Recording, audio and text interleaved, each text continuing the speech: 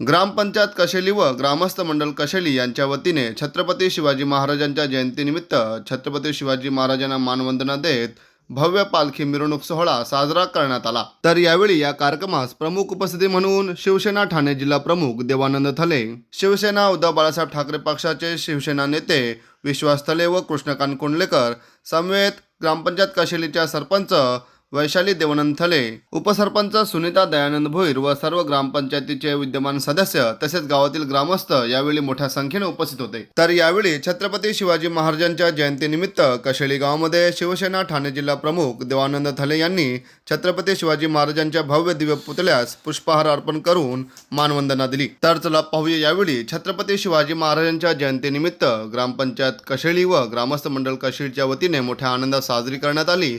यावेळी उपस्थित मान्यवरांनी छत्रपती शिवाजी महाराजांच्या जयंतीनिमित्त शुभेच्छा देखील दिल्या। क्षत्रिय कुलावंतास सिंहासनधीश्वर महाराज योगीराज श्रीमंत श्री श्री छत्रपती शिवाजी महाराज की जय। जय भवानी, जय शिवाजी।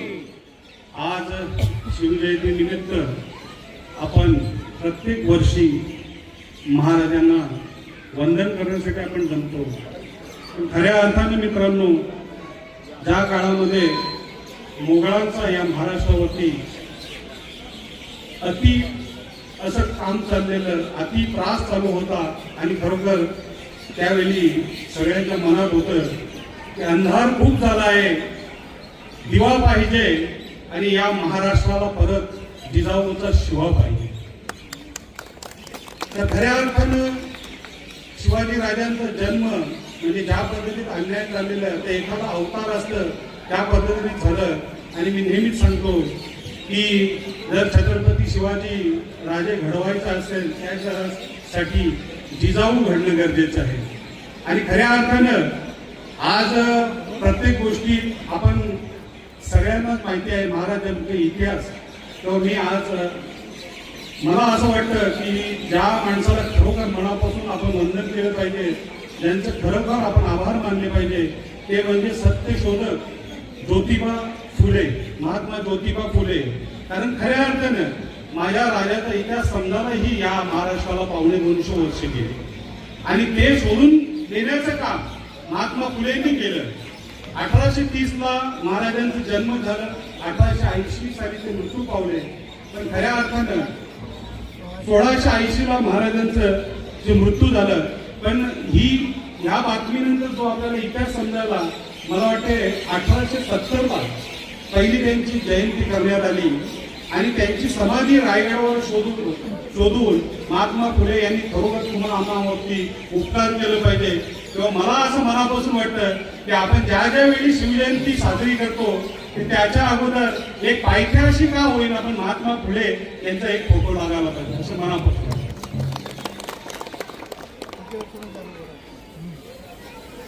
तर छत्रपती शिवाजी महाराजांबद्दल खेळण्यासाठी एक सांगितलं की आग्र्याला जाताना किती सैनिक होतं, 2400 सैनिक म्हणजे तिथे होते। पण त्यांचं व्यवस्थापन असं होतं की मला काय झालं तरी चालेल पण माझ्या बरोबरचे आलेले सरदार यांची त्या काळात औरंगजेबाकडनं महाराजांनी सुटका करून घेतली। तर मी व माझा मुलगा तुमच्या जवळ राहतो कैदेत, पण माझ्या बरोबर आलेल्या माणसांना तुम्ही सोडा। आणि अशा पद्धतीत तिथली माणसं सुखरूप पोचली। तर हे महाराजांचं कौशल्य आहे की मला काय झालं तर चालेल, माझा सैनिक जगला पाहिजे। नाही तर आजकाल सरदारच एवढी लोक घेऊन फिरतात की सैनिक मेला तरी चालेल पण सरदार जगला पाहिजे, अशा प्रकारचे काम आताच्या काळात चालू आहे। तर सगळ्याच आपण प्रत्येक भाषणामध्ये ऐकतो की महाराजांनी परत जन्म घ्यावा। मला असं वाटत नाही दादा की आजची परिस्थिती महाराजांना ज्या काळात जन्म घ्यायचा होता तिथेच त्यांनी योग्य घेतला आणि आपल्यासाठी सगळ्यांसाठी चांगलं काम केलं। त्याचं व्यवस्थापनावरती आज आपण बघायला गेलो तर अमेरिका लंडन युनिव्हर्सिटीमध्ये त्याचं रिसर्च केलं जातं। पण मला वाटतं आपण नेहमीच बोलतो की जिथं पिकतो तिथं विकलं जात नाही। माझ्या राजाचं कर्तृत्व डोंगरा एवढं आहे पण आपल्याला टिचभर सांगता येत नाही, ही खरोखर शोकांतिक आहे।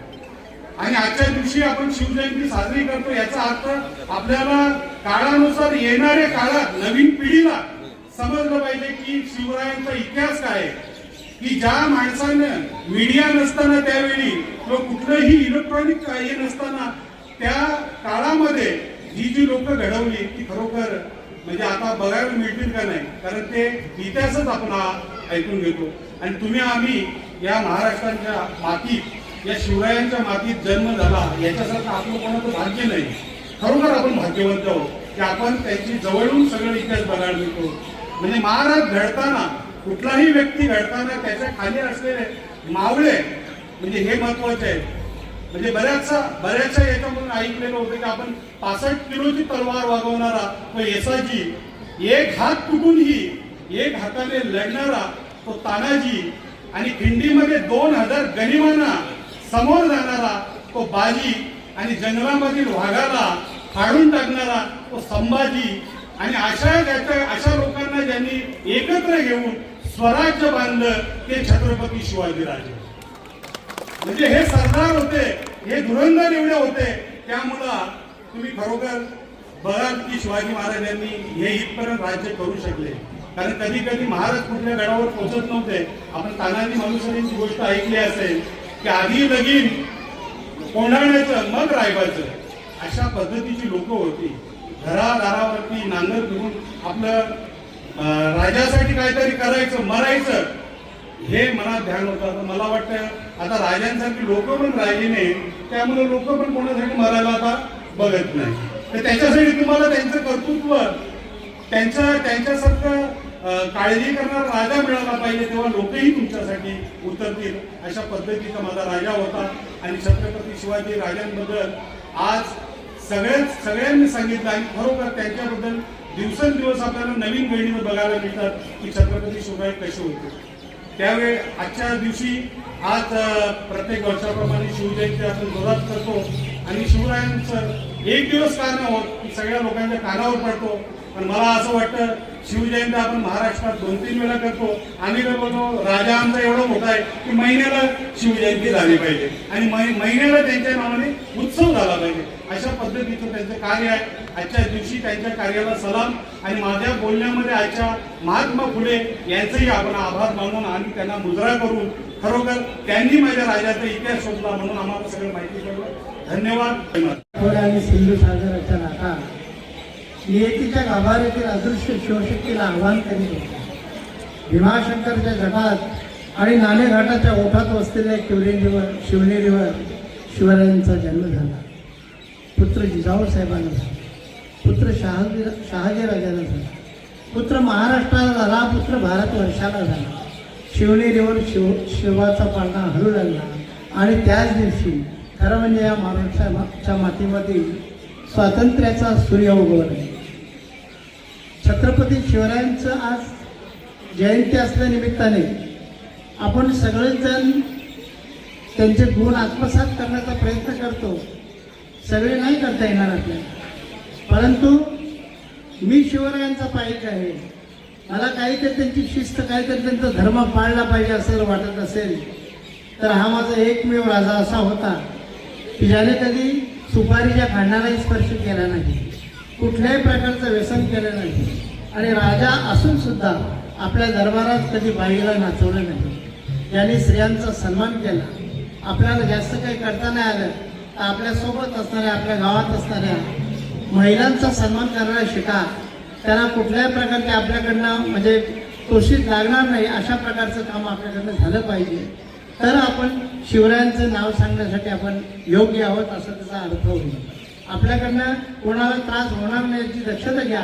कारण माझ्या राजांनी सैन्याला सक्त ताकीद केली होती की शेतकऱ्याच्या भाजीच्या देठाला सुद्धा हात लावू नका. जर लाकूड काम तुम्हाला पाहिजे असेल तर ज्यांच्याकडे म्हणजे लाकडं आहे त्यांना त्यांचा योग्य मोबदला द्या आणि ती विकत घ्या. अशा प्रकारचा माझा राजा.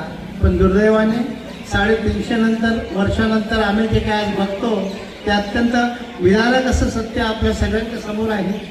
माझ्या देशामध्ये, माझ्या राज्यामध्ये महिला सुरक्षित राहिली नाही. जिथे महिलेची पूजा होते तिथं सुबत्ता असते, आणि जिथे महिलेचा अपमान होतो तिथं दुर्बुद्धी येते. एक साधी गोष्ट बघा ना, म्हणजे सीतेचं हरण रावणाने केली, लंका जाळली गेली. द्रौपदीच्या पदराला हात दुर्योधनाने घातला. संपूर्ण महाभारत झाला आणि कुरूंचा सगळा वंश लयास गेला. म्हणून ह्या गोष्टी आपण टाळल्या पाहिजेत आणि आपल्या राजाचे जे गुण आहेत ते गुण आपल्याला आत्मसात करता येतील तर ते आपण केलं पाहिजे. आणि मग ती 19 फेब्रुवारी असो, मार्च महिन्यामधले असो, अक्षय तृतीयेच्या दिवशीचे असो, माझ्या राजाच्या 10 जयंत्या साजऱ्या झाल्या तरी हरकत नाही. तेवढा माझा राजा लोकांच्या घराघरापर्यंत मनामनापर्यंत पोहोचेल. आणि एकमेव राजा की ज्या राजाच्या जी काही नीतिमत्ता होती, जे काही कायदे होते, जे काही कानून होते, त्याचा अर्थ आणि अन्वयार्थ असं जगामध्ये लावला जातो. गनिमी काव्याचं संशोधन, गनिमी काव्य कसा असायचा याचं सगळं जगामध्ये निरीक्षण आणि परीक्षण चाललं आहे. आम्हाला नाही कळत. त्यावेळेची परिस्थिती वेगळी होती. आता दूरध्वनी आहेत, मोबाईल आहेत, पण ज्यावेळेला शिवाजी महाराज आग्र्याला गेले त्यावेळेला राजगडावरच्या याच्यामध्ये नोंद आहे, इतिहास लिहिलं त्याच्यामध्ये की महाराजांच्या सोबत 3000 मावळे गेले. आणि आग्र्याच्या त्या डायरीमध्ये नोंद आहे की शिवाजी राजांच्या सोबत फक्त 600 मावळे आले. मग 2400 मावळे गेले कुठे? 2400 मावळे कुठे गडप तर झाले नाही ना. हे 2400 मावळे राजगडापासून ते आग्र्यापर्यंत असे गुप्त अवस्थेमध्ये राहिलेले होते. कारण आग्र्याला काय घडतंय ते माणूस धावत येऊन सांगू शकत नव्हता, तर आग्र्याला काय घडते हे जिजाऊला रायगडावर समजत होतं. राजगडावर अशा प्रकारची यंत्रणा त्यावेळेला होती आणि म्हणून शिवबा हे सगळं करू शकले.